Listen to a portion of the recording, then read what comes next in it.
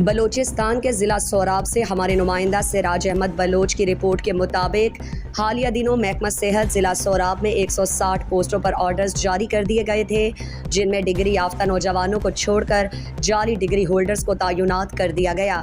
اس کے ساتھ ساتھ ایک گھر سے 3 افراد کے آرڈرز بھی کیے گئے تھے۔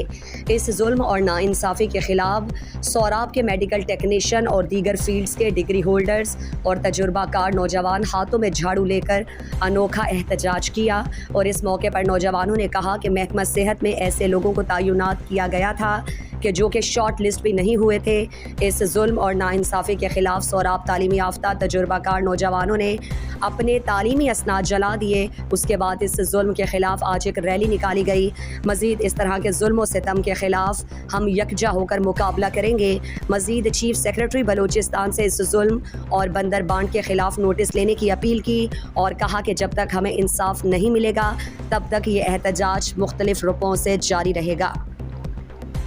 مزید دلچسپ معلومات اور خبروں سے آگاہ ہونے کے لیے Gedrosia point Facebook page, Instagram, Twitter کو فالو اور یوٹیوب چینل کو سبسکرائب کریں۔